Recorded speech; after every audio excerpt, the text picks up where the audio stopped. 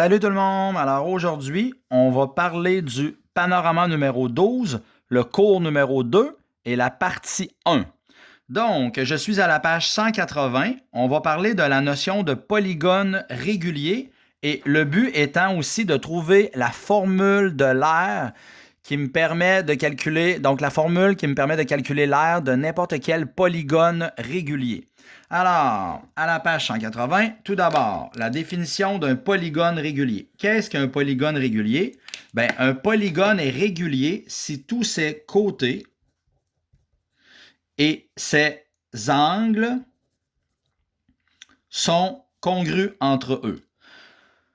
L'apothème d'un polygone, maintenant, c'est quoi l'apothème d'un polygone régulier? Bien, c'est le segment, donc c'est le segment reliant le centre du polygone. Donc, regardez, je pars du centre de mon polygone et c'est le segment qui relie le centre de mon polygone perpendiculairement au milieu d'un de ses côtés.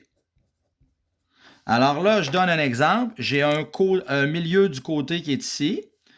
J'ai le milieu du côté qui est là. OK? Et là, moi, donc j'ai le côté, je m'excuse, pas le milieu. Et là, je pars du milieu d'un de ces côtés. Donc, le milieu, ce serait le point bleu qu'il y a là, le milieu de ce côté-là.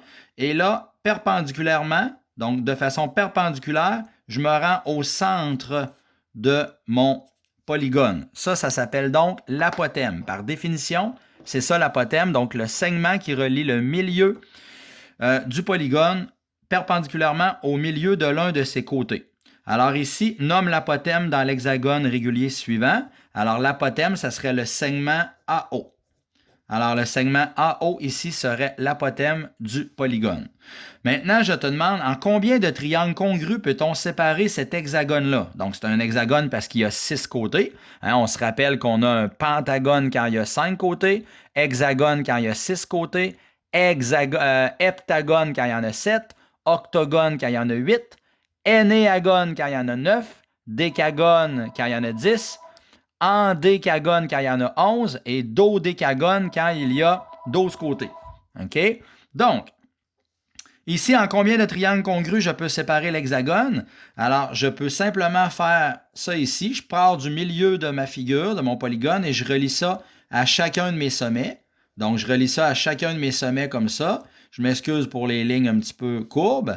Alors, je peux partager l'hexagone en 6 triangles. Alors, en 6 triangles congrus, c'est-à-dire que les 6 triangles ont exactement les mêmes dimensions. Quelle est la formule pour calculer l'aire d'un triangle? Alors, on a vu ça précédemment au chapitre 10. Alors, l'aire d'un triangle, c'est base fois hauteur divisé par 2. Donc là, ça voudrait dire que si je prends un petit triangle ici, ça ici, ça se trouve être la base de mon triangle. La hauteur, ça se trouve à être la ligne ici que j'abaisse de façon perpendiculairement à la base. Donc, si je veux y aller avec si je veux faire un parallèle entre l'aire d'un triangle et puis un polygone quelconque ici qui est un hexagone, alors je partirais de ceci. Qu'est-ce que je ferais en réalité là? Êtes-vous d'accord que pour calculer l'aire d'un seul ici de l'hexagone, je pourrais calculer d'abord l'aire d'un seul triangle, là-bas, un seul triangle qui est ici le triangle jaune que je viens de faire. Et après ça, puisque j'ai 6 triangles identiques, je ferai x6 parce que les triangles sont tous congrus. Alors, je pourrais dire que l'aire serait égal à base fois hauteur divisé par 2. Ça, c'est l'aire d'un seul triangle. Et après ça, je multiplie par 6 triangles. Donc, multiplié par 6 triangles, ça me donnerait en réalité l'aire de n'importe quel... Ben là, oui, ça me donnerait ici, excusez-moi, ça me donnerait l'aire de mon hexagone au complet. OK?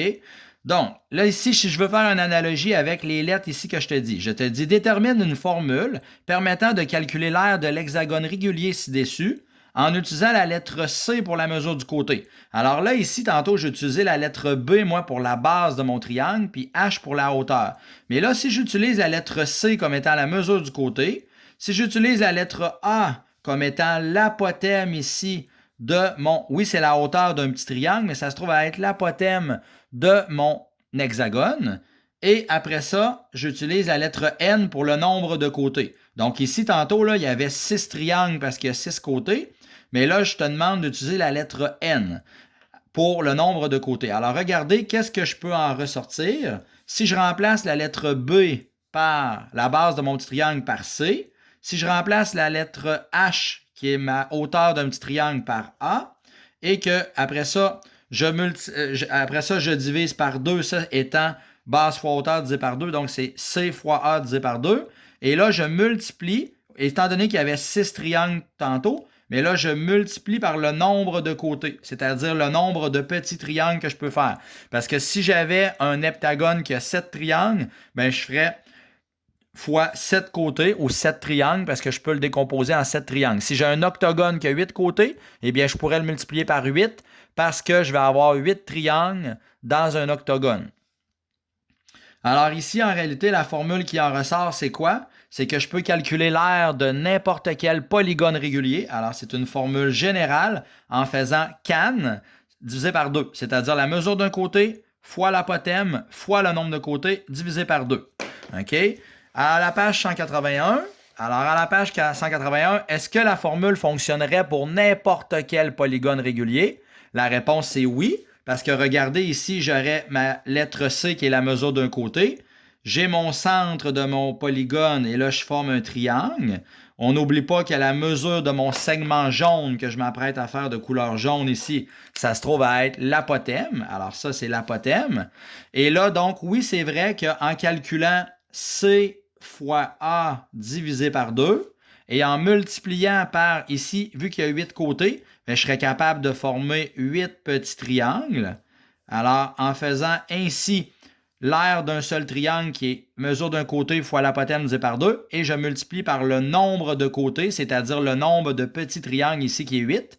Alors, multiplié par le nombre de côtés, eh bien, can divisé en 2, on voit encore une fois que ça donnerait l'aire en faisant can divisé en 2. Et ça serait la même affaire pour le pentagone ici. Je divise ça en 5 triangles. Et là, 5 triangles, on voit que l'apothème serait ici. J'aurais la mesure d'un côté. Alors, je pourrais encore faire can. Je pourrais encore faire C fois A fois le nombre de côtés divisé par 2.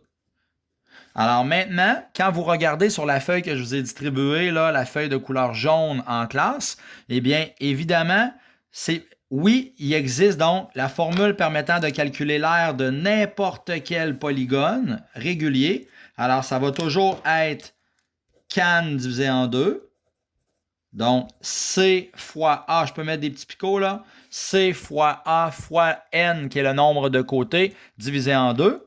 Mais en réalité, quand je prends la mesure d'un côté, puis je multiplie par le nombre de côtés, si je prends la mesure d'un côté, puis je multiplie par le nombre de côtés, ça se trouve à être mon périmètre. Alors, c'est la raison pour laquelle également, il y a des manuels scolaires qui disent que l'aire de n'importe quel polygone sera égal à périmètre fois l'apothème divisé par 2. Alors que tu utilises une des deux formules-là dans les examens et dans les exercices, ça me convient très bien. Alors, tu as le droit d'utiliser une des deux formules en mettant, bien sûr, tes chiffres à l'intérieur. Ça va te donner l'aire de n'importe quel polygone régulier. Évidemment, le polygone doit être régulier, c'est-à-dire que tous ses côtés et tous ses angles intérieurs doivent être isométriques. Bon, là, on te dit, avant de calculer le périmètre ou l'aire d'une figure, on doit évidemment s'assurer que les unités de mesure sont toutes les mêmes avant de commencer nos calculs. Donc, exemple, si j'ai une mesure de côté en mètres, puis ma mesure de mon apothème est en décimètres, je ne peux pas laisser ça comme ça. Je dois transformer mes mètres en décimètres ou mes décimètres en mètres, de telle sorte que j'ai toutes les mêmes unités partout dans ma figure initiale.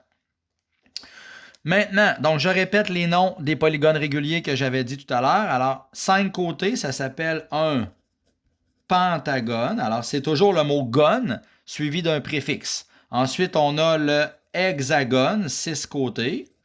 7 côtés, on a le heptagone. Alors, heptagone. Ensuite, on a le octogone, 8 côtés.